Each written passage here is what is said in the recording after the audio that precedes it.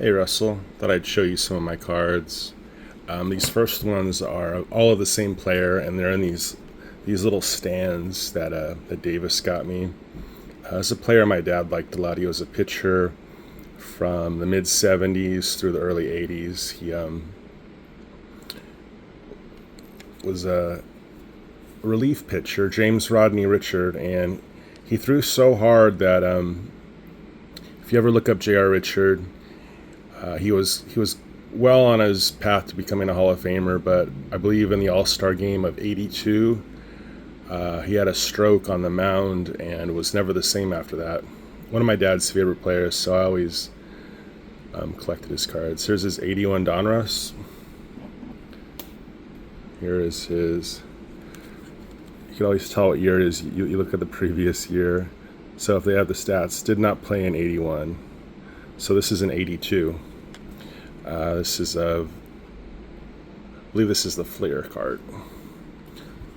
In the '80s, the big companies were Fleer, Donruss, and Topps. There's a record breaker card from '78, so this would have been a '79 issue. These just screw at the top, and the card rests in there kind of nicely. This is also a Topps. 1976 Topps.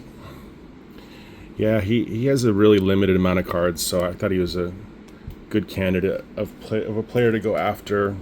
In fact, some of these cards I got aren't even of the major companies. This came out of a box of cereal, and it's one of those lenticular cards. It doesn't actually. I guess it's not lenticular. It doesn't have a prism of different images, but it is supposed to have kind of a 3D effect. It's kind of a nice card. I'll just let those fall over. Let me see. So these look so similar. Okay, so this would have been his. This is his Fleer. Could this be his Donruss? Also Fleer. So different years of Fleer. This one being '82, this one being '81. They stayed very similar from one year to the next.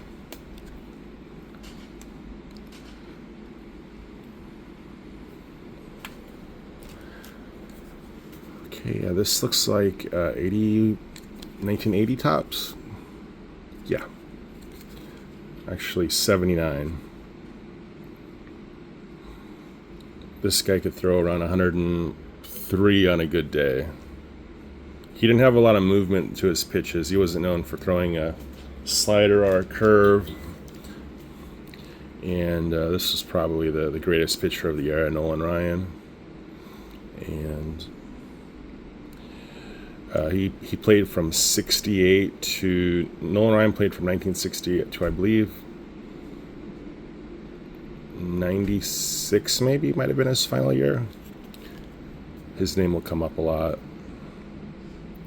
I really like how on the back of these old cards you could really see the fiber of the cardboard on these old issues. So what I was looking for, I wasn't being a real stickler for corners. You can see some rounding, but I always look for a good centered card, even on these horizontal cards front.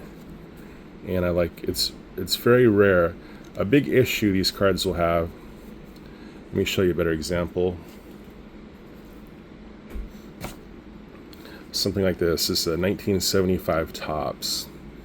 Now, when these cards are on the printing sheet, some of them will be off to the side. Say there's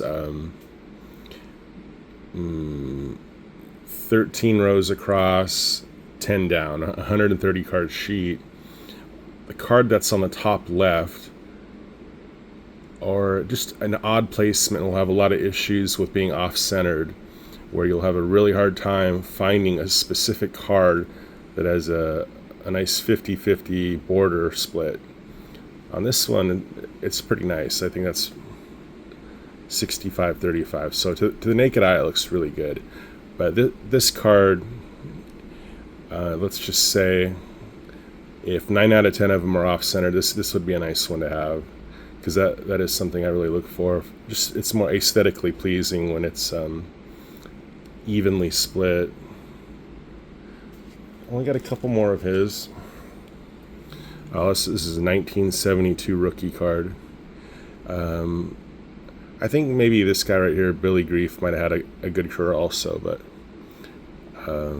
the thing about this card is, so his cards go from like 72 to maybe his next card being 75. So that means in the 73 and 74 seasons, he went back to playing AAA ball. J.R. Richard did. So those are near and dear to my heart. I'll just show you some of my relatively loose cards. Harley Quinn for my brother.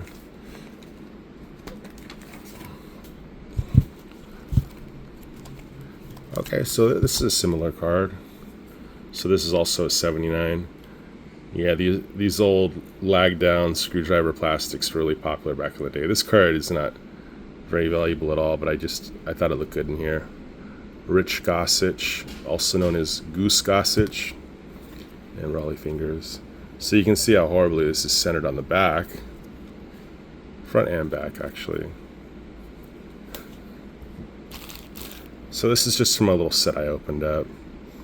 A 1991 Tony Gwynn All-Star card. 87 rated rookie Mark McGwire. It's kind of a nice card.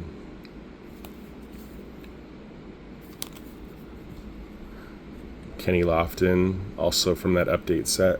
So towards the end of the year, if there were a lot of players that were traded or new rookies that would give it a chance towards the second half of the season, they do an update set just to account for the players that are now in different uniforms, and also any of the new upcoming rookies that got out of A-ball. Nice Barry Bonds. These plastics right here were kind of nice. When I was a kid, I'd need like a nickel or a quarter to kind of jimmy it. But you have a nice bevel for the card to set in. Pittsburgh Pirates. Really nice gloss on this card still.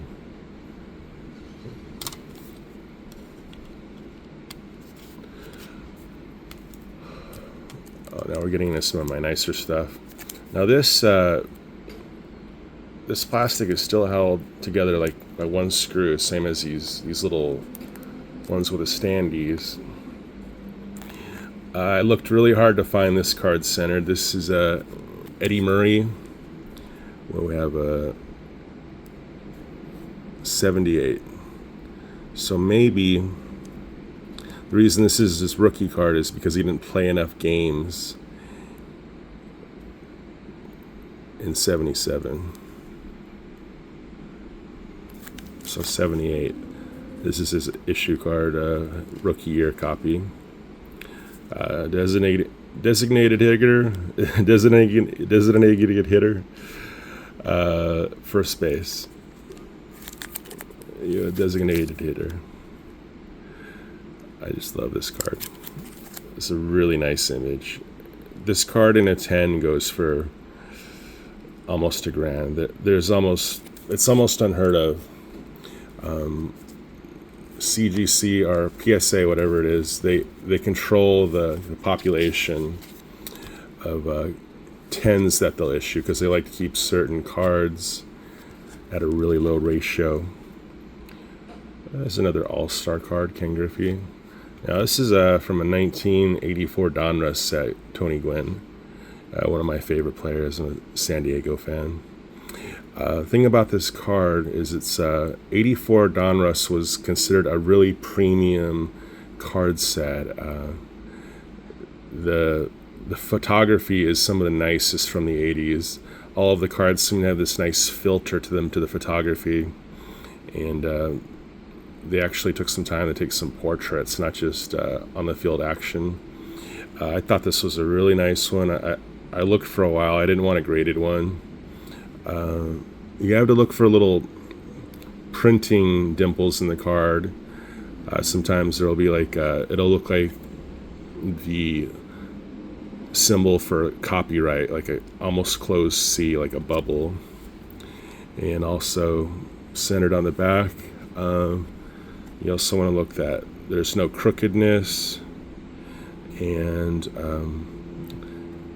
it remains even all the way down.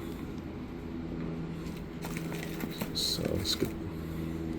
Oh, here's another J.R. Richard Nolan Ryan. I didn't have a standee for. When people send these cards in these little top loaders, a lot of times they'll tape the top down because the cards can easily move around in transit. I got another one of those.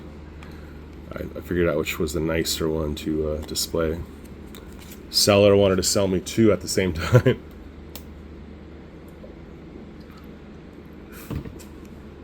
This is just kind of a silly thing. This is a entire set of 1991 tops, 792 cards, and these cards aren't even a quarter size of a standard issue card. I mean, so you have the entire set in here, and some people do grade these. The big rookie card in this set is Chipper Jones, but the real expensive 1991 tops are the Desert Storm cards, and those are just issued to the soldiers, sent out to the Saudi Arabian desert, and they have a small gold crest on the top right corner, and those cards can go for a set with a good Chipper Jones could go for a couple thousand. Some more loose cards. Oh, I got my Sam Keith Star Wars cards in here too. I'm mixing my cereals today. I'm having Fruit Loops with my Rice Krispies. It's a player I was enthusiastic about way back in the day, Ryan Klesko. Another Barry Bonds. This was an 87 Flair. This was considered a somewhat premium set at the time. I don't think the photography is especially nice. This card looks a little out of focus. That's another thing that graders will be conscientious of. If the, what do you call them? If the printing tablets aren't lined up, sorry, it's still summertime. Kids are having a go of it. Sometimes the image will be loosely out of focus. One of my favorite pitchers of the era, Mike Mussina. They used to call him the Moose. Now this is an example of a guy I was excited about in '92 who actually did make it into the Hall of Fame, so good for him. I pulled this card out of the 91 Flair update set. Here we have Elmer Fudd catching, and I guess, what do you call that? Up next to bat, Yosemite Sam. Nice Nolan Ryan 91 Bowman. Jimmy Dean Sausage Nolan Ryan. It's that weird time of the day in between lunch and before dinner where the kids are running around. I don't know what they're doing in the parking lot. We got a nice swimming pool and it's 82 today. This apartment has a newly renovated swimming pool. I'm the curmudgeon that's begrudging the kids for having their last go of summertime. Oh.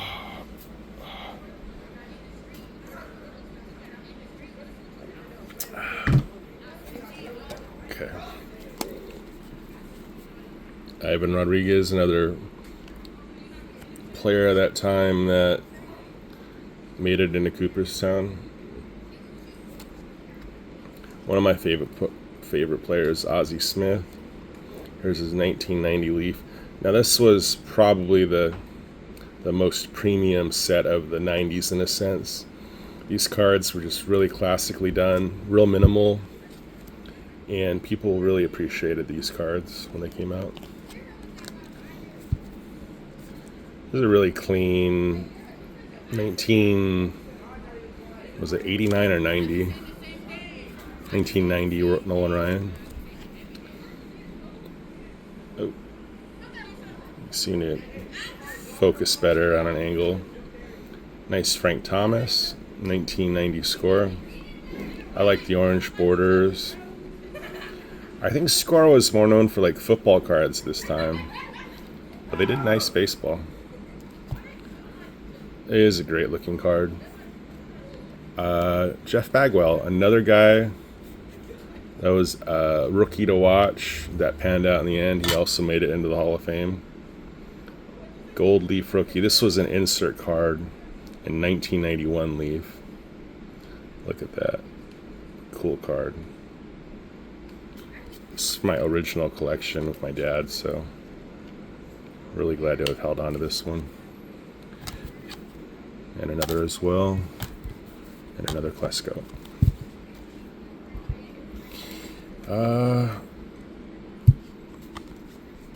Another Musina. Another Bagwell. Now this guy's a tragic figure.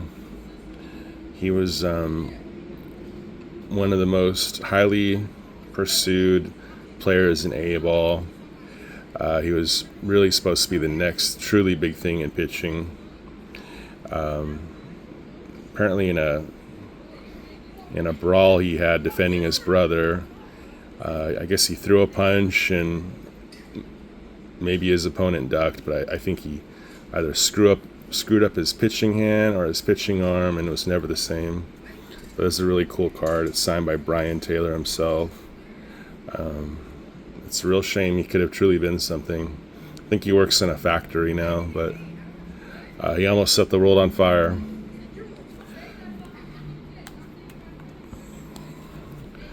From that 1990 Leaf set. Nice Ken Griffey Jr. Boy, this is old plastic. Here's a 89 Donruss Ken Griffey Jr. Let's get a better look at that.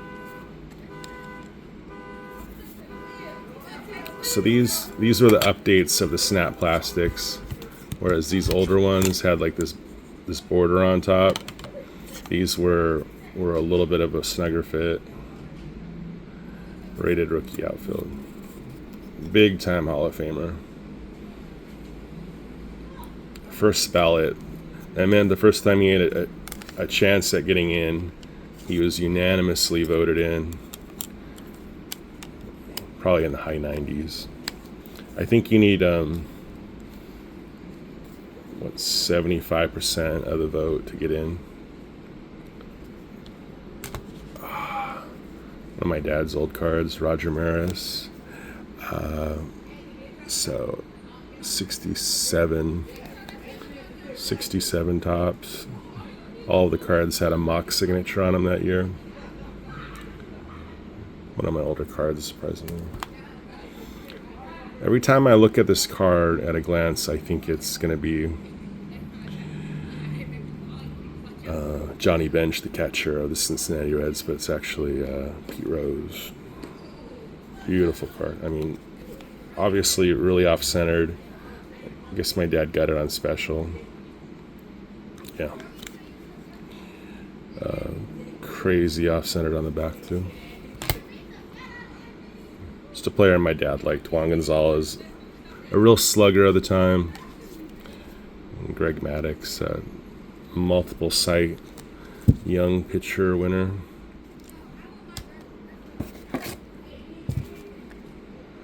Pedro Martinez, Hall of Fame pitcher. Just a couple more cards from that 91 Upper Deck update set.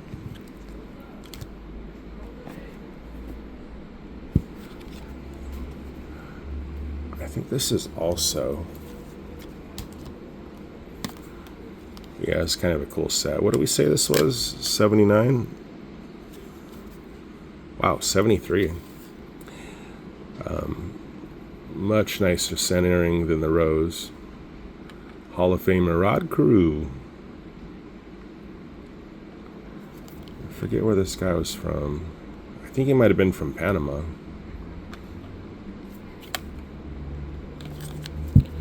Panamanian. Just another Nolan Ryan. Throwing a football on the 89 Upper Deck set. A lot of these cards crazy thing about it. If you really want a high grade, that little hologram has to be centered really nicely on that baseline. Otherwise, it will never it'll never exceed a 9 if it's off cut or scuffed. Just like Pokemon cards, those little images, the little hologram, they're like lottery tickets, man. They can easily get scratched. We got the Big Hurt. This was one of the most popular cards in the 90s. Frank Thomas. Bought a lot of 90 leaf packs trying to get this card. Card 300 in the set. This guy, big time Hall of Famer, really set the hobby on fire, and he panned out too. That was not a flash in the pan. That was the real deal.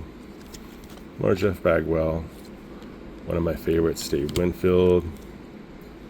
Nice Frank Thomas. And Darryl Strawberry. You know, growing up in LA, couldn't help but be a Darryl Strawberry fan. So I guess I just have a lot of these 90 leaf set cards loose. All-time stolen base champion. The king of stolen base is Ricky Anderson. Okay. So now we got these plastics. And the beautiful thing about these One Touch, they're magnetic. So they're a little tricky to open up because that magnet is strong. But they're kind of fun to close. And this is 1980 Ricky Anderson rookie. I always go for the centering, even though this card is not very nice on the surface. It's got just some fundamental issues, and you cannot really press cards. But yeah, it's just, just a nice card to look at. I always go for centering on older cards. I just find it more pleasing to know. At one point when this card came off the line, it was immaculate. I mean, you can see some chipping now and all that, and then I look for centering on the back too. So this card is probably worth $10, but if it didn't have that surface wear or corner roundering, it would be a nice $700 card, I think, just based on that centering. This card is infamous for being offset. Infamous. So I just keep these little baggies like people do with their slab books.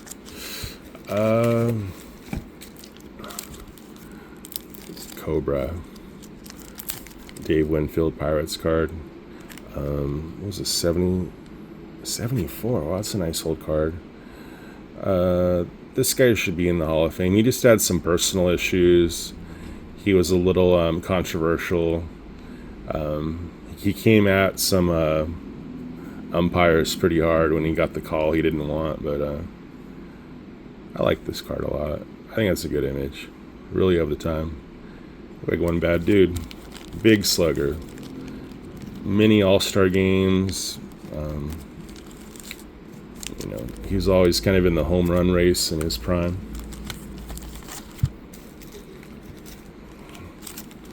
Got an Ozzie Smith 82 update card. And I just got some random stuff here and there. When I got back into the hobby, I didn't have a lot of supplies. There's a shop near me, but I just don't go into it too often. I usually order my supplies online. Ozzie Smith, the Wizard. If you ever watch a video of this guy, he could do a somersault at a standstill. No doubt about it. Fans loved him. Now, while he wasn't a big-time slugger, he could get on base. Once he was on base, he was fast. But he was more of a defensive player. He was a shortstop and multiple Golden Gloves, meaning he was one of the best fielders of that year numerous times. A mainstay in the All-Star games, and just one of those legends. He started off at the San Diego Padres, too. I wish we'd had him a little longer, but he wound up in St. Louis.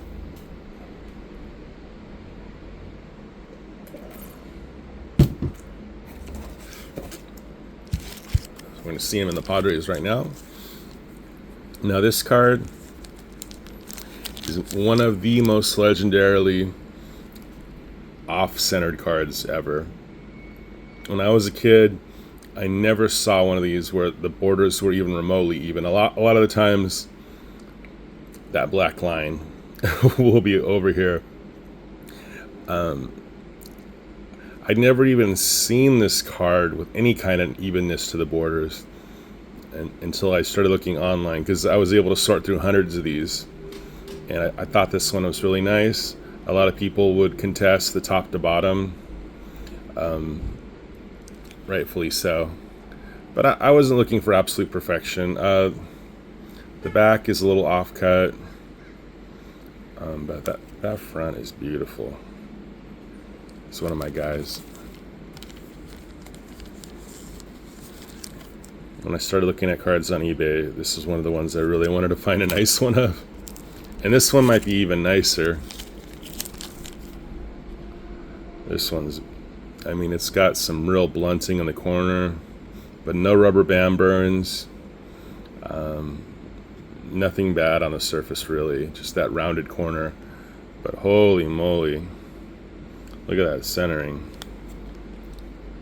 Not so much on the back, but it's a unicorn to even see it this nicely cut. Love it. Ozzie Smith, man. No one beats Ozzie. Another one of my guys, also from the Padres, at that rookie time in his career, Dave Winfield. Man, that's an iconic photo. And this is a beautiful card here.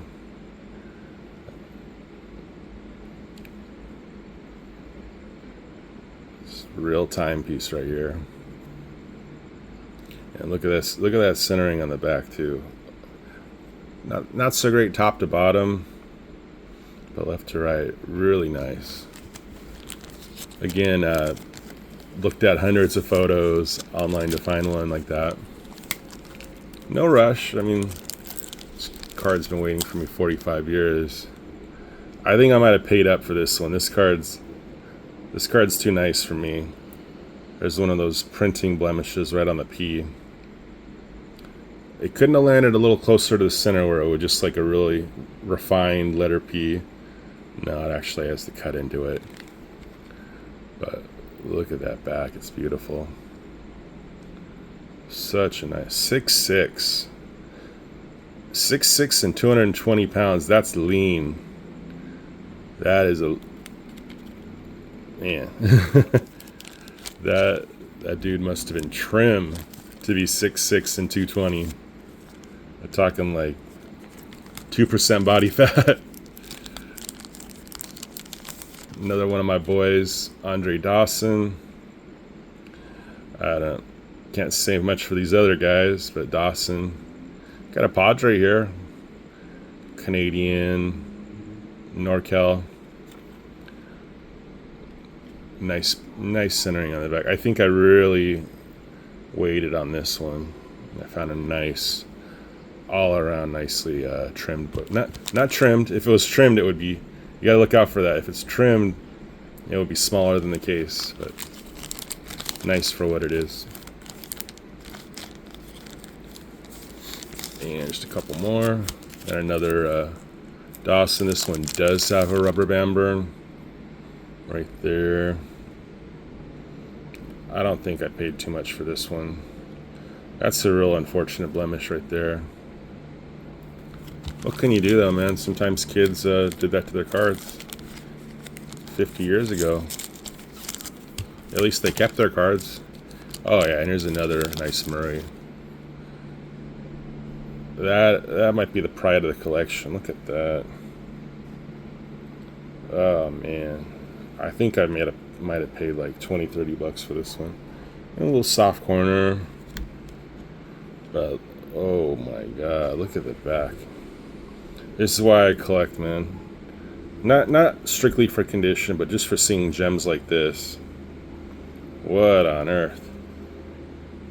This card is aged beautifully.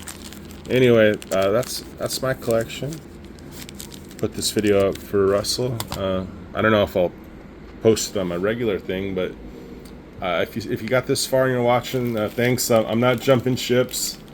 Still a comic channel, but that's kind of my card collection these days. It's only a small glimmer of what it used to be with my dad, but it's nice to have these. Thanks for watching, and yeah, keep me informed, Russ. Let me know what you accumulate.